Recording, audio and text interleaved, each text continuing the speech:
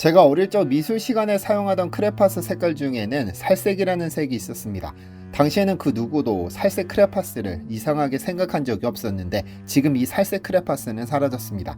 피부색을 지칭하는 차별을 담고 있다고 봐 정부 차원에서 사용을 금지시켰기 때문입니다. 2002년 8월 한국에서 근무 중이던 외국인 노동자 몇 명이 특정 인종의 피부색을 살색으로 정한 것은 차별이라며 국가인권위원회에 문제를 제기했고 이는 받아들여졌습니다. 이에 그간 살색이라 사용되던 색깔 이름은 연주황으로 바뀌게 됐죠.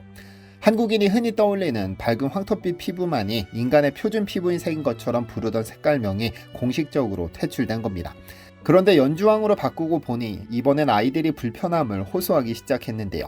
불편함을 느낀 아이들 몇 명이 2004년 국가인권위에 진정을 넣어 아이들이 알기 어려운 연주황은 곤란하니 차라리 친숙한 과일 이름을 딴 살구색으로 바꿔달라고 요청했습니다. 결국 이 의견은 받아들여져 2005년부터는 살색 크레파스는 연주황을 거쳐 살구색이라는 예쁜 이름을 갖게 됐습니다. 사소한 에피소드지만 이는 피부색에 대한 우리 사회 인식 변화의 단면을 보여줍니다. 한때는 아무렇지 않게 쓰이던 색깔이 인종차별적이라는 지적을 받고 사라진 것이죠.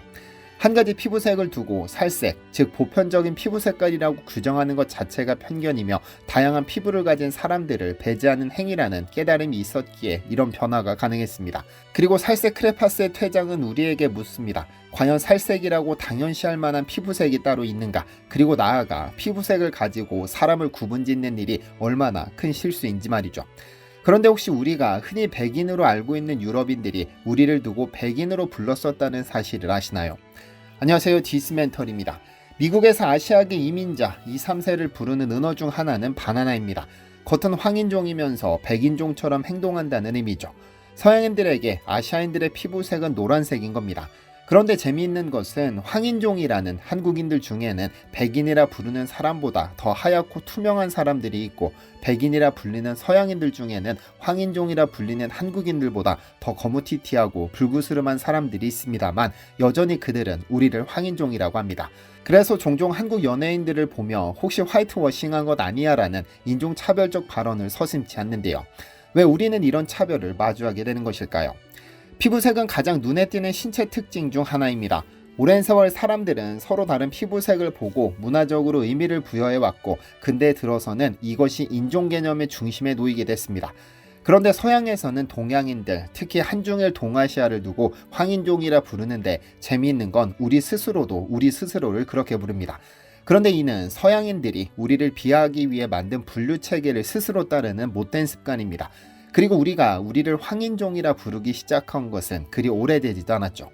왜냐면 조선시대 우리 조상들은 자신들과 다른 민족을 구분할 때 피부색보다는 언어나 문화, 거주지역 등을 기준으로 삼았지 우리는 황인종, 서양인은 백인종식으로 생각하지 않았습니다. 그리고 더 재미있는 것은 서양인은 처음부터 동양인을 황색으로 인식했던 것도 아니고 오히려 자신들보다 더 하얀 백인으로 묘사했었습니다. 대항해 시대 아시아를 방문한 한 포르투갈 상인은 중국을 돌아보다 중국인은 우리처럼 백인이다라는 구절이 있고 또 다른 서양인도 중국인을 두고 이미 백인이며 풍채가 좋다 또는 백인이며 옷은 독일인 같고 신발은 프랑스인 같다고 묘사했죠.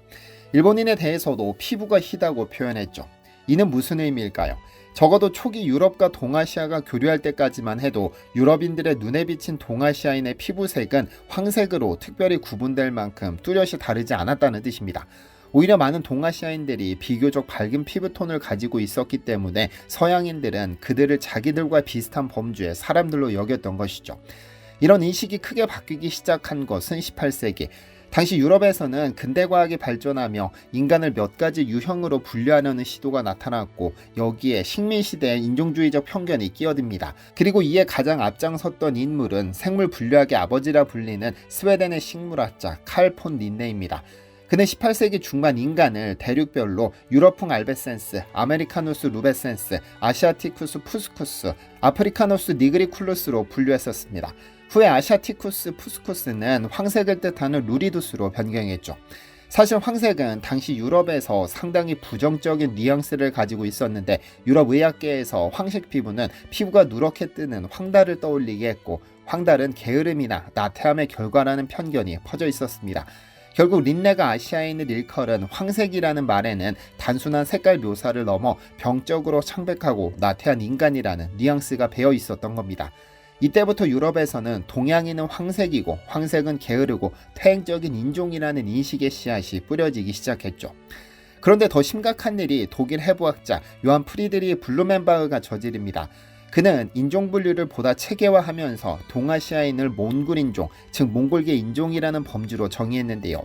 블루멘바흐는 1795년 발표한 인류분류에서 인류를 5가지, 즉 코카서스인, 몽골인, 에티오피아인, 아메리카인, 말레인으로 구분하고 그중 코카서스인을 인류의 본래형으로 간주했습니다. 그는 특히 동아시아와 아프리카 사람들이 태고의 백색 인종으로부터 가장 멀리 퇴화한 인류라는 인종적 편견을 드러내기도 했는데요. 블루멘바흐 이후 서양학자들은 동아시아인은 몽골인종으로 묻고 그들의 피부색을 측정하여 황색으로 규정하려는 시도를 이어갔습니다.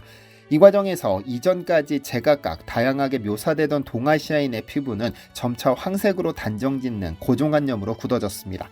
그리고 황색 몽골인종이라는 개념에는 유럽인의 생각하는 자신들의 우월의식과 더불어 아이러니하게도 공포가 기저에 깔려 있었습니다. 과거 칭기즈칸 시절의 몽골 제국에 대한 공포와 반감이 섞여 있었던 겁니다.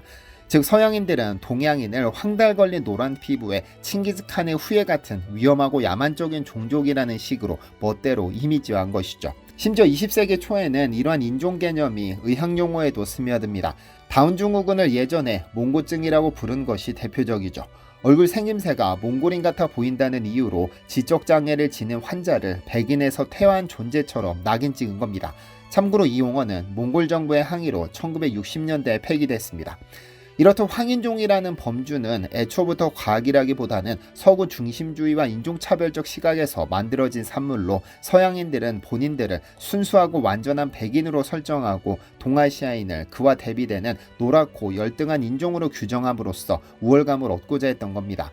그리고 제국주의 시대를 거치며 이 잘못된 분류법이 전 세계로 퍼졌고 동아시아인들 스스로도 식민 지배와 근대화 과정을 거치며 황인종이라는 말을 받아들이게 됐습니다. 그러니까 우리가 스스로를 황인종이라 부르는 것 자체가 서구의 인종분류 틀에 스스로 편입되는 것이니 앞으로는 사용하지 않는 것이 좋겠습니다. 그렇다면 우리 인류는 모두 같은 빨간 피를 가지고 있는데 왜 피부색은 천차만별일까요? 여기에는 중요한 이유가 있습니다. 인간의 피부색을 결정짓는 가장 중요한 요소는 멜라닌이라는 색소입니다. 멜라닌은 피부의 표피층에 존재하는 색소세포에서 만들어지는데 이것이 많으면 피부색이 짙어지고 적으면 옅어집니다. 그런데 멜라닌의 본래 기능은 자외선으로부터 피부를 보호하는, 쉽게 말하면 천연 자외선 차단제입니다. 강한 햇빛에 피부가 노출되면 자외선이 피부세포의 DNA를 손상시킬 우려가 있는데 멜라닌 색소가 방패막이 되어 자외선을 흡수, 차단해주는 것이죠. 최초의 현대 인류가 출현한 아프리카 적도 부근은 햇빛이 아주 강렬한 곳입니다. 약 수백만 년 전 인간은 털을 거의 없애는 대신 땀샘을 발달시켜 체온을 조절하는 방식으로 진화했습니다. 그런데 털이 줄어든 맨살에 강한 햇빛에 그대로 노출되면서 문제가 생기죠. 햇빛 속 자외선이 체내의 중요한 영양소인 엽산을 파괴하는 겁니다. 엽산은 태아의 신경계 발달이나 성인의 생식 능력에 필수적인 비타민인데 자외선을 과도하게 쬐면 엽산 수치가 떨어져 생식에 지장이 생길 수 있음을 과학자들이 밝혀냈습니다. 이러한 압력을 받자 인류는 피부에 멜라닌을 많이 생산하도록 또 한 번 진화하는데요. 다시 말해 피부색을 짙어지게 함으로써 강렬한 자외선으로부터 몸속 엽산을 지키는 방향으로 적응한 것이죠. 그 결과 탄생한 것이 바로 오늘날 아프리카 토착민에게서 볼 수 있는 짙은 흑갈색 피부입니다. 멜라닌 색소가 풍부한 까만 피부는 강한 햇빛 아래서도 체내 필수 물질을 지키고 피부암을 예방하는 데 유리했기 때문에 적도지방 인류 생존에게는 꼭 필요했습니다. 그렇다면 밝은 피부색은 어떻게 나왔을까요? 6만 년 전 인류의 일부는 아프리카를 떠나 북쪽의 일조량이 낮은 지역으로 진출하기로 결정합니다. 그런데 햇빛이 약한 곳에서는 피부가 너무 검으면 오히려 문제가 생겼습니다. 비타민 D 합성에 지장이 생긴 것이죠. 비타민 D는 인체가 햇빛을 받아 피부에서 합성해내는 필수 영양소로 뼈 건강에 매우 중요합니다. 일조량이 낮은 지역은 원래 햇빛이 약한 데다 옷을 입는 생활을 하면서 햇빛을 받을 기회가 줄어드니 피부색이 지나치게 검으면 비타민 D 부족으로 불리해졌습니다. 실제로 초기 유럽으로 이주한 인류 조상 중에는 어두운 피부로 인해 비타민 D를 충분히 합성하지 못해 건강상 문제가 생기고 자손을 많이 남기지 못한 경우가 있었습니다. 반면 돌연변이나 유전자 재조합 등으로 피부색이 옅어진 집단은 비타민 D를 비교적 잘 합성해 추운 지역에서도 살아남기 유리했죠. 이러한 자연 선택의 결과 세월이 지남에 따라 북쪽으로 이주한 인류 집단에서는 점차 멜라닌 생성이 감소하고 피부가 탈색되는 방향으로 적응이 시작됐습니다. 결국 백색에 가까운 피부를 가진 사람들이 더 생존에 유리해져서 현대 유럽인이나 북아시아인처럼 밝은 피부톤이 나타난 겁니다. 그러니까 피부색은 환경에 적응하기 위해 생겨난 적응의 결과죠. 아프리카의 강한 태양 아래 살았던 인류 조상은 멜라닌을 많이 만드는 유전자형을 유지하게 되었고, 유럽으로 이주한 집단은 멜라닌 생산을 줄이는 변이가 선택했습니다. 동아시아인의 경우도 전반적으로 비교적 옅은 피부를 띠는데, 이는 같은 위도대의 유럽인에 비해 약간 노르스름한 색조를 보일 뿐 기본적으로는 비슷한 환경 압력에 따른 결과라고 볼 수 있습니다. 정리하자면 인간의 피부색은 다양하지만 그 차이는 멜라닌 색소의 양과 유형 차이에 따른 것이며, 이는 인류가 처해온 환경 조건에 대한 적응의 결과물입니다. 적도지방의 강한 태양 아래에서는 피부를 짙게 물들여 몸을 보호하고, 약한 햇빛 아래에서는 피부를 하얗게 탈색하여 비타민을 보충한 것이죠. 이렇듯 피부색은 진화의 팔레트가 그려낸 색상 변화일 뿐 인간 집단의 지능이나 품성을 나타내주는 지표가 결코 아닙니다. 그럼에도 과학적인 근거 없이 형성된 인종 개념은 피부색을 비롯한 겉모습 몇 가지에 지나친 의미를 부여하며 부질없는 우열 논쟁과 차별을 불러일으켰습니다. 특히 황인종이라는 말은 동아시아인을 색안경 끼고 바라본 서구의 시선이 만든 산물이었고, 여전히 그 잔재가 언어 곳곳에 남아 있습니다. 한국에서 살색이라는 말이 사라졌듯 인류를 몇 가지 피부색으로 나누는 관념 자체를 과감히 버려야 합니다. 2025년을 사는 우리는 피부색에 대해 훨씬 더 많이 알고 이해하고 있습니다. 인종 개념을 처음 만들던 사람들이 몰랐던 사실을 현대를 사는 우리는 알고 있습니다. 피부색은 그저 피부색일 뿐이라는 사실, 그리고 피부색의 차이는 인간의 우열과 아무 관련이 없다는 점을 알아야 합니다. 미국 펜실베니아 주립대 생물인류학자 니나 자블론스키 교수는 여러 연구를 통해 인류 피부색의 진화사를 밝히고 나서 이렇게 강조했습니다. 피부색은 환경에 적응하는 방식일 뿐이다. 이를 바탕으로 인종적 편견을 갖는 것은 무의미하다라고 말이죠. 결론적으로 황인종인이 백인인이 하는 분류에 더 이상 얽매일 필요 없습니다.